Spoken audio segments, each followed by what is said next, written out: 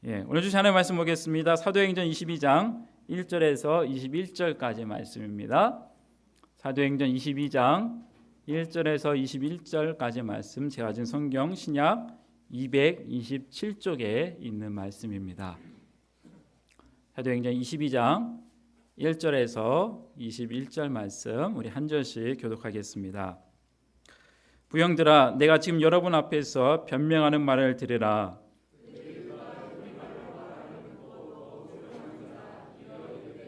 나는 유대인으로 길리기아 다수에서 났고 이 성에서 자라 가말리엘의 문화에서 우리 조상들의 율법에 엄한 교훈을 받았고 오늘 너희 모든 사람처럼 하나님께 대하여 열심히 있는 자라.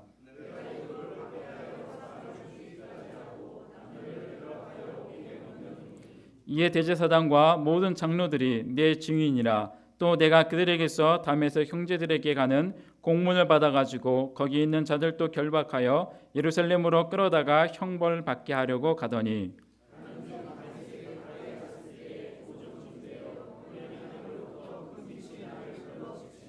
내가 땅에 엎드려져 들으니 소리 있어 이르되 사울아 사울아 내가 왜 나를 박해하느냐 하시거늘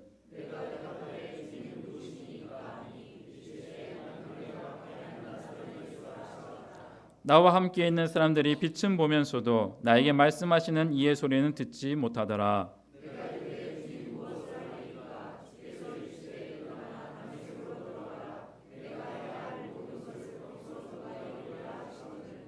나는 그 빛의 광채로 말미암아 볼 수 없게 되었으므로 나와 함께 있는 사람들의 손에 끌려 다메섹에 들어갔노라.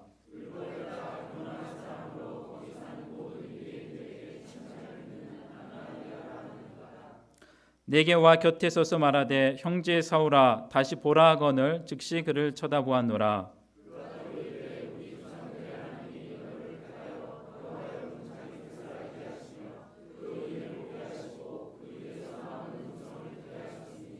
내가 그를 위하여 모든 사람 앞에서 내가 보고 들은 것에 증인이 되리라.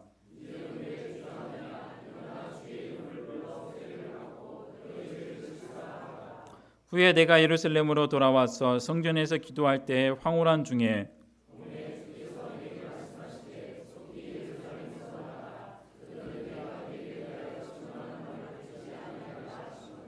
내게 말하기를 주님 내가 주를 믿는 사람들을 가두고 또 각 회당에서 때리고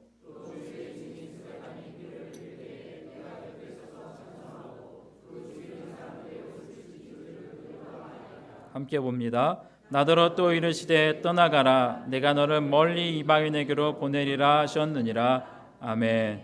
시간 담임 목사님 나오셔서 이것이 나의 간증이요 라는 제목으로 말씀 전해주실 때 은혜 많이 받으시기 바랍니다.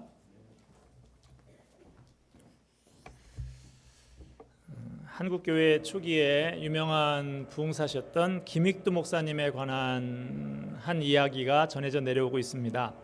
김익두 목사님은 본래 황해도 일대를 주먹으로 주름잡던 불량배였었던 분입니다. 그분이 예수를 믿고 회심하고 목사가 되신 것이죠. 김 목사님이 어느 날 무더운 여름날 전도를 다니다가 고개 마루턱에 앉아서 조금 쉬어가야겠다 하고 앉아 계시는데 지나가던 조무래기 불량배 하나가 예전 같으면 형님하고 이제 저 밑바닥에 있어야 될 불량배 하나가 이 목사님을 몰라보고 공연히 시비를 그렇게 걸다가 목사님을 무작정 두들겨 패기를 시작을 합니다. 김익두 목사님이 한 번도 대항하지 않고 그 매를 고스란히 다 맞고 나서 이렇게 말을 했답니다. 형님 다 때리셨소? 그래 다 때렸다. 왜 더 맞고 싶으냐? 그런데 형님 내가 누군지는 아시오? 내가 누군지 내가 어떻게 아냐? 내가 김익두요. 그랬더니 이 조무래기 불량배가 얼굴이 사색이 돼가지고 사시나무 떨듯 하면서 무릎 꿇고 싹싹 빌었다는 거예요. 김익두 목사님이 그 조무래기 불량배를 일으켜 세우면서 이렇게 말했다고 합니다. 형님, 예수는 내가 믿었는데 구원은 당신이 받았구려. 이렇게 말했다는 이야기입니다. 변화된 사람의 이야기죠.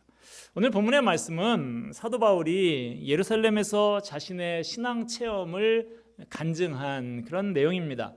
여러분 어떠신가요? 혹시 간증해 보신 적 있습니까? 대부분 간증은 해본 적은 별로 없고 들어보기만 한 경우가 많으실 거예요. 그런데 여러분, 간증이라는 뜻을 아십니까? 이 중국 사람들은 간증이라는 말을 쓰지 않고 견증이라 그래요. 볼견자를 써서 견증이라고 한다고 하는데 우리는 간증이라고 하죠. 간증은 보통 우리가 알고 있는 간자는 어디서 쓰냐면 강간 뭐 이런 거 할 때 범할 간자를 쓰죠. 내가 무슨 잘못을 범한 것을 다른 사람에게 고백하는 것이 간증입니다. 나의 허물을 다른 사람 앞에서 얘기하는 것이죠. 신학적으로 말하면 내가 하나님을 만난 다음에 자신의 허물과 잘못됨을 발견하고 어떻게 고쳐나가게 됐는가 하는 이 변화를 다른 사람들에게 이야기하는 것, 이것을 간증이라고 합니다. 그렇다면 이 간증은 특별한 사람에게만 있는 것일까요? 아니죠. 누구나 간증이 있어야 됩니다. 간증이 없다고 하면 내가 지금 신앙생활을 제대로 하고 있지 않다는 뜻일 수도 있어요. 바울은 사도행전에서만 해도 22장 오늘 본문 그리고 26장에서 두 번 같은 간증을 우리에게 들려주고 있습니다. 바울은 지금 소요 사태 때문에 로마 군인들에 의해서 병영 안으로 끌려 들어가고 있습니다. 들어가는데 천부장에게 자기가 다소에서 태어난 유대인임을 밝히면서 자기를 폭행하고 있는 저 사람들에게 말 한마디만 좀 할 수 있게 해달라고 허락해달라고 합니다. 천부장의 허락을 받은 바울은 층계 위에 올라서서 무리들을 조용히 하라고 한 다음에 히브리 말로 간증을 시작을 합니다. 바울은 먼저 자기가 예수님을 만나기 전에는 어떤 사람이었는지를 소개하고 있어요. 바울도 예수님을 만나기 전에는 다른 유대인들과 마찬가지였습니다. 엄격한 정통 유대교식 교육을 받았습니다. 예루살렘에서 가말리엘이라고 하는 당대의 최고의 유명한 랍비 밑에서 사사를 받았습니다. 이렇게 정통 유대인식 교육을 엄격하게 받은 바울은 하나님에 대한 열심을 품고 율법을 열정적으로 지키는 사람이었습니다. 그런데 그것으로도 만족하지 못해서 급기야 더 적극적으로 기독교인들을 박해하는 자리까지 가게 되었습니다. 본문 4절과 5절 말씀인데요. 우리 같이 한번 읽어보도록 하겠습니다. 내가 이 돌을 박해하여 사람을 죽이기까지 하고 남녀를 결박하여 옥에 넘겼노니 이에 대제사장과 모든 장로들이 내 증인이라. 내가 그들에게서 다메섹 형제들에게 가는 공문을 받아가지고 거기 있는 자들도 결박하여 네, 바울은 회심하고 기독교인이 되기까지는 유대교가 참 진리가 아니다라는 것을 잘 알지 못했고 오히려 기독교가 사악한 신흥 종교라고 생각을 해서 온 열정을 다해서 이 종교를 믿는 사람들을 박해했다라고 말을 하고 있습니다. 수많은 남녀노소 예수 믿는 사람들을 잡아다가 옥에 가두고 죽이기도 하고 거기에 만족하지 않고 멀리 다마스커스, 지금 요즘 시끄러운 나라 시리아에 있는 그 다마스커스까지 예수 믿는 사람들이 거기 많이 있다는 소리를 듣고 그 씨를 말리기 위해서 그곳까지 갔던 사람입니다. 바울이 지금 말하는 거예요. 내가 바로 이랬던 사람이요. 당신들이 예수를 싫어하고 예수 믿는 사람들을 싫어합니까? 나도 당신들 못지않게, 아니 당신들보다 훨씬 더 예수 믿는 사람들을 싫어하고 박해했던 사람입니다. 이 말을 하고 있습니다. 바울이 나중에 회심한 다음에 잘 이해가 되지 않는 것이 바로 이거였어요. 나는 나름대로 최선을 다해서 하나님을 잘 믿는다고 열심히 그렇게 했는데 어째서 나는 하나님을 대적하는 일만 하고 있었을까? 나는 유대 사회에서 요구하는 것들 다 지키면서 열심히 모범적으로 산다고 했는데 왜 정작은 하나님이 원하지 않는 일들만 해댔을까? 이것이 모든 인간들이 자기 자신에게 심각하게 던져봐야 되는 질문입니다. 이 사회에서 누구 못지않게 성실하게 일하면서 살고 종교적인 열심이 많다고 해서 하나님을 잘 믿는 것이 결코 아니다라고 하는 사실입니다. 사람들은 누구든지 개인적으로 인격적으로 하나님을 만나는 체험을 해야만 하나님을 알 수가 있고 하나님과의 적대적인 관계가 해결이 될 수 있습니다. 예수님께서 눈에서 티를 뽑는 문제를 비유로 말씀하신 적이 있죠. 보라, 내 눈 속에 들보가 있는데 어찌하여 형제에게 말하기를 나로 내 눈 속에 있는 티를 빼라 하라 하겠느냐. 사람의 신앙의 문제가 이 눈안에 티를 빼내는 것처럼 아주 예민한 문제입니다. 그러나 아직 인격적으로 하나님을 만나지 못한 사람은 자기 눈에 큰 기둥이 대들보가 박혀 있는 것과 같아서 앞을 제대로 보지 못하는 것이죠. 그러므로 오랫동안 신앙적인 분위기에서 살아왔고 열심히 종교 생활을 해왔다고 해서 반드시 하나님을 믿는다고 말할 수는 없습니다. 여전히 눈 속에 대들보가 박혀 있는 채로 스스로 나는 잘 믿는다고 착각할 수도 있는 거예요. 열심히는 살아도 제대로 분간하고 판단하지 못해서 엉뚱하게 잘못된 삶을 살아갈 수가 있는 것이죠. 바울의 삶에 근본적인 변화가 일어난 것은 그가 더 많은 기독교인들을 체포하기 위해서 기독교인들이 많이 모여 산다고 하는 다마스커스로 갈 때 일어나게 됩니다. 그 길에서 그는 한 분을 만나게 됩니다. 그분이 바울의 인생을 완전히 송두리째로 바꿔버렸습니다. 본문 6절 7절 말씀 우리 같이 한번 읽으십시다.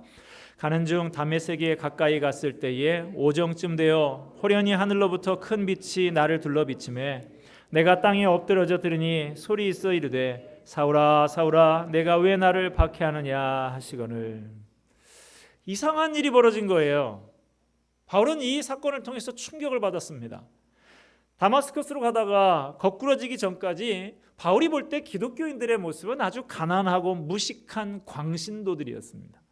그런데 이 가난하고 무식한 사람들이 하나님의 은혜를 받았다고 진리를 발견했다고 온 세상에 떠들고 전도를 하고 다니니까 화가 나서 참을 수가 없었던 거예요. 그는 자신의 인생이 옳다고 생각을 하면서 다마스커스로 달려가다가 강력한 빛을 만나게 됩니다. 그 빛을 받은 순간 바울은 시력을 잃어버리고 맨 땅에 고꾸라집니다. 그리고 평생 처음으로 하나님의 음성이라는 것을 듣게 돼요. 그런데 그가 들은 하나님의 음성은 너무나 충격적인 내용이었습니다. 그는 생각하기를 적어도 자기에게 하나님의 음성이 들린다고 하면 야, 너 정말 그간 나를 위해서 수고가 많았다 뭐 이렇게 말씀하실 줄로 생각을 하고 있었어요. 그런데 그의 귀에 들린 하나님의 음성은 내가 왜 나를 박해하느냐라고 하는 말씀이었어요.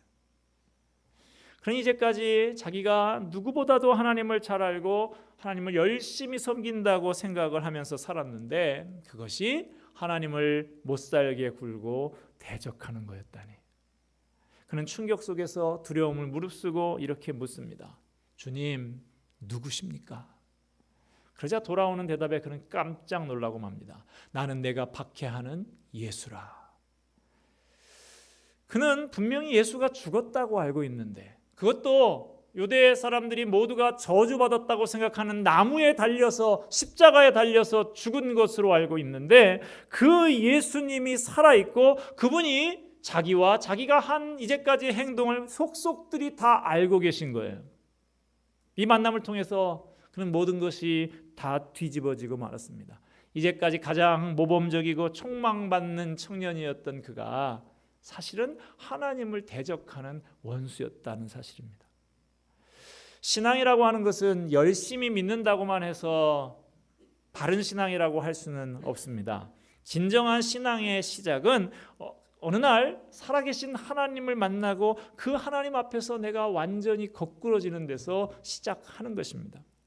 하나님께서 우리에게 원하시는 것은 많은 지식이나 많은 횟수의 예배가 아니라 하나님을 인격적으로 만나는 경험을 통해서 하나님을 바로 알고 바로 섬기는 것입니다. 우리가 진정으로 하나님을 믿는 그 순간은 살아계신 하나님 앞에서 거꾸러지는 순간이에요. 오늘날 교회 안에 수많은 교인들이 하나님에 대해서는 지식적으로는 아는데 하나님을 인격적으로 만난 경험이 없는 사람들이 많습니다. 그런 상태로 교회에 계속 나오려고 하니까 날이 좋은 때는 놀러 갈 수 있는데 와야 되니까 고역이고 날이 추울 때는 추워서 고역이고 비가 올 때는 비가 와서 고역이고 그렇게 되는 것이죠. 그런 상태로 또 봉사를 하라고 하니 기쁨이 없고 힘만 들고 지치는 것이죠. 마음의 평안을 좀 얻어보려고 교회에 왔더니 뭐 그렇게 교회가 요구하는 것이 많은지 짜증스러울 수밖에 없습니다. 다마스커스로 가는 길에 너무나 강한 빛을 쏘인 바울은 눈이 멀어버렸습니다. 그러나 그보다 더 충격적인 것은 지금까지 자기가 살아왔던 삶 자체가 전체가 다 하나님을 대적하는 삶이었다라고 하는 사실이었어요. 이제까지 자기는 인생을 완전히 헛살았던 거예요. 바울은 충격 속에 주님 앞에 묻습니다. 주님, 무엇을 하리이까? 이 말은 저는 이제 도대체 어떻게 해야 됩니까? 저는 지금 엄청난 충격과 낭패에 빠져서 뭘 어떻게 해야 되는지 도통 모르겠습니다. 바로 이 뜻입니다. 사람이 자기 나름대로는 아주 열심히 잘 살았다고 생각을 했는데 나중에 알고 봤더니 그것이 아주 엉터리 같은 삶이었다고 판정이 난다면 그 충격은 말로 표현하기 어려울 거예요. 이제는 아무것도 할 자신이 없고 무엇을 어디서부터 어떻게 시작해야 될지 막막한 것이죠. 주님은 바울에게 내가 무엇을 하려고 하지 말고 그냥 내가 인도하는 대로 그 다마스커스로 가라라고 말씀하셨습니다. 이제 바울은 완전히 사람이 변해 있습니다. 올 때는 씩씩거리면서 예수 믿는 사람들에 대한 분노와 살기가 가득한 채로 왔는데 이제는 그저 아무것도 할 수 없이 예수님이 시키는 대로, 예수님이 인도하시는 대로 예수님의 포로처럼 그렇게 변해 있어요. 예수님은 직접 사울의 눈을 고쳐 주실 수도 있었지만 다메섹의 경건한 형제였던 아나니아라는 사람을 통해서 다시 보게 하셨습니다. 그리고 주님은 바울에 대해서 바울의 앞으로 나아갈 계획을 들려주셨습니다. 본문 14절에서 16절의 말씀 제가 읽습니다. 그가 또 이르되 우리 조상들의 하나님이 너를 택하여 너로 하여금 자기 뜻을 알게 하시며 그 의인을 보게 하시고 그 입에서 나오는 음성을 듣게 하셨으니 내가 그를 위하여 모든 사람 앞에서 내가 보고 들은 것의 증인이 되리라. 이제는 왜 주저하느냐? 일어나 주의 이름을 불러 세례를 받고 너의 죄를 씻으라 하더라. 여기서 우리는 중요한 사실 두 가지를 발견하게 됩니다. 하나는 사울이 길에 오면서 예수님을 만나고 눈이 멀었다가 치료되는 과정에 있었지만 그것으로 모든 것이 다 된 것이 아니라 오직 주님의 이름을 불러 세례를 받고 죄사함을 받아야 한다라고 하는 사실입니다. 즉 사울이 경험한 체험이라고 하는 것은 그를 믿음으로 인도하는 하나의 과정에 불과한 것이지 체험 자체가 죄를 용서해 주는 것이 아니라는 사실이죠. 사울에게 이런 강한 체험이 필요했던 이유는 뭐냐? 그가 그만큼 완악하고 껍질이 단단한 그런 사람이었기 때문이죠. 그래서 이런 강한 체험이 있어야 그것이 깨지겠으니까 이런 것이 있었던 것입니다. 우리가 구원을 받으려고 하면 천사의 음성을 듣는 그런 신비한 체험으로 되는 것이 아니고 사람이 전해주는 복음을 듣고 믿고 세례를 받아야 하는 것이죠. 그리고 또 한 가지 중요한 것은 왜 사도 바울에게만 이런 특별한 체험이 있었는가 하는 것입니다. 바울에게 예수님이 직접 나타나셨습니다. 그것도 영광스러운 빛의 모습으로 나타나셨어요. 이것은 사도 바울에게 이방인 선교가 그가 감당해야 될 사명, 이방인 선교가 얼마나 중요하신 것인가 그 가치와 위상을 보여주려고 하신 것입니다. 바울이 사명으로 받은 이방인 선교가 조금도 열등한 것이 아니고 부활하신 예수님께서 직접 나타나서 보여주시고 사명을 주셔야 할 만큼 그렇게 소중한 사역이다 하는 것입니다. 본문 19절과 20절 말씀해 보면 이전에 바울이 주님을 알지 못해서 행한 모든 악한 행동에 대한 고백이 나오고 있습니다. 19절 20절 제가 읽습니다. 내가 말하기를 주님 내가 주를 믿는 사람들을 가두고 또 각 회당에서 때리고 또 주의 증인 스데반이 피를 흘릴 때에 내가 곁에 서서 찬성하고 그 죽이는 사람들의 옷을 지킨 줄 그들도 아나이다. 우리가 주님을 바로 알고 나면 그 전에 행했던 모든 것들이 죄였다라는 것을 깨닫게 됩니다. 과거의 그 수많은 허물들을 우리가 어떻게 다 감당할 수가 있겠습니까? 우리가 그것을 감당할 수가 없죠. 다만 죽을 수밖에 없는 죄인을 용서하시고 나에게 새로운 기회를 주신 하나님 앞에 감사하면서 새로운 삶을 살아갈 뿐인 것입니다. 여러분, 사람이 달라질 수 있을까요? 우리 집에 있는 그 인간이 달라질 수 있을까요? 이런 이런 말이 있더라고요. 남자가 너무너무 살다가 힘들면 지갑을 열어서 거기에 있는 아내의 사진을 본답니다. 내가 이 여자하고도 여태까지 살았는데 못할 게 뭐냐. 여자도 너무너무 삶이 힘들어지면 지갑을 열어서 남편의 사진을 본답니다. 내가 이 인간도 사람 만들었는데 못할 게 뭐냐. 여러분, 그 사람도 달라질 수 있습니다. 회심하면 얼마든지 아름답게 변화될 수 있습니다. 1738년 5월 24일 영국에서 존 웨슬리가 회심을 합니다. 그리고 자기 일기에다가 이것 잊고 싶지 않아서 그것을 적어놨어요. 그날 저녁에 나는 올더스게이트가에 있는 기도 모임에 별로 가고 싶은 마음은 없었지만 참석을 했다. 거기서 어떤 사람이 루터의 로마서 강의 서문을 읽고 있었다. 밤 9시 15분쯤 그 낭독자가 우리가 그리스도를 믿을 때 하나님께서 우리 마음에 변화를 가져오시는 일을 묘사하는 말을 듣는 중에 나는 내 마음이 이상스럽게 뜨거워짐을 느꼈다. 나는 내가 그리스도를 참으로 믿고 있음을 느꼈고 구원을 위해서 그리스도만을 의지한다고 느꼈다. 그리고 주께서 내 모든 죄를 없이 하였다는 확신이 생겼고 나 같은 자의 죄를 다 사하시고 죄와 죽음의 법에서 나를 구원해 주셨음을 확신하게 되었다. 이렇게 회심한 웨슬레가 달라졌습니다. 교회를 세웁니다.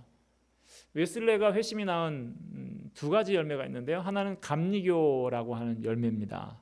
요즘 우리나라에서는 가장 시끄러운, 벌써 한 10년 가까이 교단적으로도 시끄럽고 학교도 시끄러운 데가 감리교인데, 그러나 세계적으로 보면 아주 건전한 교단이라고 말할 수가 있죠.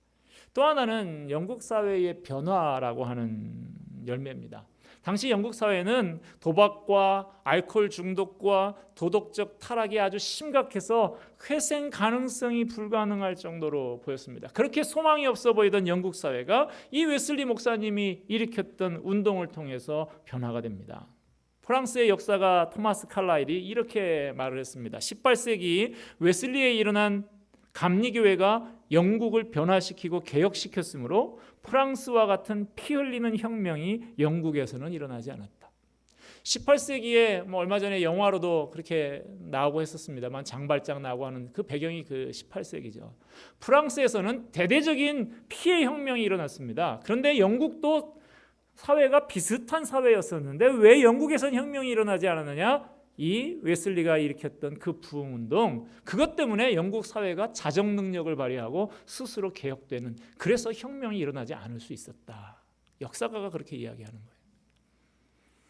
웨슬리만 그렇습니까?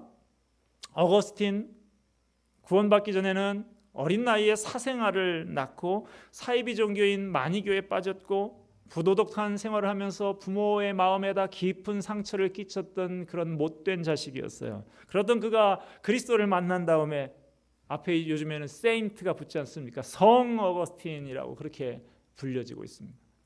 위대한 설교자 조지 휘필드, 15살밖에 되지 않는 나이에 술집의 바텐더로 일했던 사람입니다. 인도를 복음으로 밝히고 4개 언어로 성경을 완역을 하고 126개나 되는 기독교 학교를 세웠던 윌리엄 캐리, 구두 수성공에 불과했던 사람입니다. 세계적인 고아의 아버지 조지 뮬러는 구원받기 전에 동네에서 꺼렁꺼렁하는 청년, 좀도둑으로 소문이 나 있던 사람이었습니다. 그 외에도 부끄러운 과거를 가졌거나 대단치 않은 배경을 가진 사람들이 주님을 만났을 때 변화되고 복음의 일꾼이 되었던 것, 사회를 바꾸고 교회를 바꿨던 것들을 우리는 많이 알고 있습니다. 여러분 어떻습니까? 회심하셨습니까? 이것저것 많이 안다고 해서 중요한 것이 아닙니다. 예수님을 인격적으로 만나고 회심했느냐, 이것이 중요한 것입니다. 예수 그리스도를 인격적으로 만나야 됩니다. 말씀을 듣고 새롭게 결단을 해야 됩니다. 그래서 옛사람은 죽고 새사람이 되어야 합니다. 어느 시골 교회에 예전에 부흥회들을 많이 했죠. 부흥사 목사님이 부흥회를 하러 가셨어요. 그런데 설교 중에 한 할머니가 와서 계속 앉아서 우는 거예요. 그래서 부흥사가 야, 저 할머니가 지금 말씀에 제대로 은혜를 받았나 보다 그렇게 생각을 했어요. 예배를 마치고 그 할머니에게 아까 왜 그렇게 우셨어요? 그렇게 물었더니 할머니 얘기가 자기가 1년 전쯤에 새끼 돼지 한 마리를 집에 샀대요. 아주 예쁜 새끼 돼지를 사서 3개월 동안 애지중지 자식같이 그렇게 길렀답니다. 돼지가 얼마나 통통하게 살이 쪘는지 아유 이뻐라 이뻐라 그랬는데 어느 날 갑자기 원인도 모르게 죽어버렸답니다. 그런데 오늘 강대상에 목사님이 딱 서셨는데 얼굴이 통통한 것이 그 죽은 돼지가 생각이 나서 그렇게 설교 시간 내내 울었다고 그런 얘기였어요. 제가 그 얘기를 듣고요. 앞으로 내가 설교 중에 눈물 흘리는 사람이 있어도 함부로 속지 말자 그런 생각을 했습니다. 교회 안에 있다고 해서 그럴듯한 모습을 하고 앉아 있다고 해서 진짜는 아니다라고 하는 사실입니다. 여러분 이 자리에 지금 그럴듯한 표정으로 앉아 계시지만 말고 우리 모두가 바울이 다메섹에서 그렇게 격렬하게 만났던 예수님을 만나게 되시기를 바랍니다. 주님을 만나고 진정으로 회심해야 됩니다. 그리고 회심의 열매를 아름답게 맺을 수 있어야 합니다. 여러분 한 사람의 회심이 여러분의 가정을 아름답게 변화시키기를 바랍니다. 여러분의 회심을 통해서 여러분의 직장과 일터가 새로워지고 많은 유익한 열매를 맺게 되기를 바랍니다. 오늘 본문의 사도 바울은 예루살렘에서 이 유대인들을 향해서 지금 잡혀 올려가면서 계단 위에서 짧은 시간 간증을 통해서 자신을 만났던 예수님을 증거했습니다. 나는 본래 당신들처럼 예수 믿는 사람을 박해하던 사람이었다. 그러나 이제 예수님을 만났고 내 인생이 완전히 뒤바뀌었다. 예수님의 은혜, 예수님의 복음, 예수님의 능력이 나를 바꿔놨다라고 말하고 있습니다. 바울이 실력이 얼마나 대단한 사람이에요. 차분하게 성경을 풀어서 강해도 할 수 있고 합니다만 그렇게 하지 않고 자기 체험을 들어서 간증식으로 이렇게 말한 이유는 유대인들이 기적을 좋아하고 체험을 좋아하기 때문인 것 같기는 합니다. 그러나 사실은 유대인들뿐만 아니라 어느 누구라도 내가 이런 경험이 있다고 생생한 체험담을 얘기해주면 누구나 귀가 솔깃하고 듣기가 쉽고 감동이 있는 것이죠. 하나님께서 지난 수십 년 동안 우리나라와 민족을 사랑하셔서 축복을 그야말로 물 붓듯이 부어주셨습니다. 마치 구약의 이스라엘 백성에게 주셨던 그런 복을 부어주셨어요. 그러나 요즘 이 나라 이 민족의 모습을 보면 하나님 앞에 감사하는 것도 없고 영광을 돌려드리지도 않고 사회 전반적으로 하나님에 대해서 점점 더 냉소적인 분위기가 짙어지는 것 같습니다. 우리 가족들과 친척들은 어떻습니까? 여전히 기독교를 적대시하고 멀리하는 사람들이 있는 것 너무나 가슴 아프지 않습니까? 왜 그렇게 됐을까요? 먼저 예수님을 만난 우리가 내가 만난 예수님을 간증하면서 증거하지 않은 책임이 적지 않다 하는 것입니다.